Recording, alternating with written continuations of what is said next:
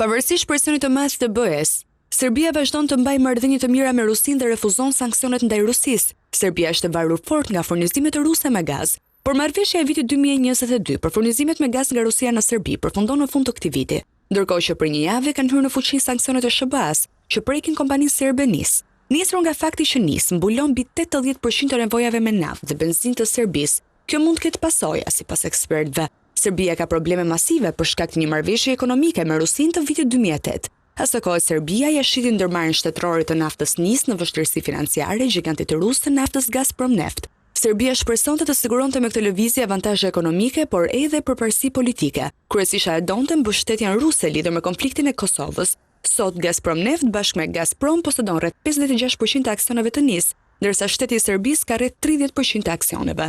Si rrjedhoi kompania serbe e naftës në janar të këtij viti u përball në paketën e sanksioneve të SBA-s ndaj Rusisë. Pati një seri shtyrjesh të hyrjes në fuqi të këtyre sanksioneve me qëllim që të mos rrezikohej furnizimi me energji në vend. Por afatet skaduan më 9 tetor dhe nuk ka më përjashtim. NIS do të ndjej pasojat e sanksioneve, por edhe vetë serbët do të rëndohen një pak.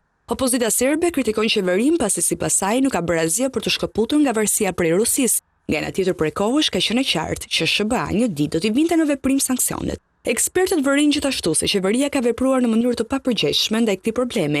Për momentin nuk ka ende mungesë furnizimesh në Serbi, por shumë serbë shqetësohen se mund të duhet sërish, si në vitet 1990, të blejnë benzinë me shishe e bidon. Pasojat e para të sanksioneve, sidoqoftë qytetarët kanë filluar të ndjejnë sepse pikat e furnizimit me karburant të NIS dhe Gazprom në Serbi janë të shkëputura nga sistemi i pagesave me kartat e kreditit Visa, Mastercard dhe American Express.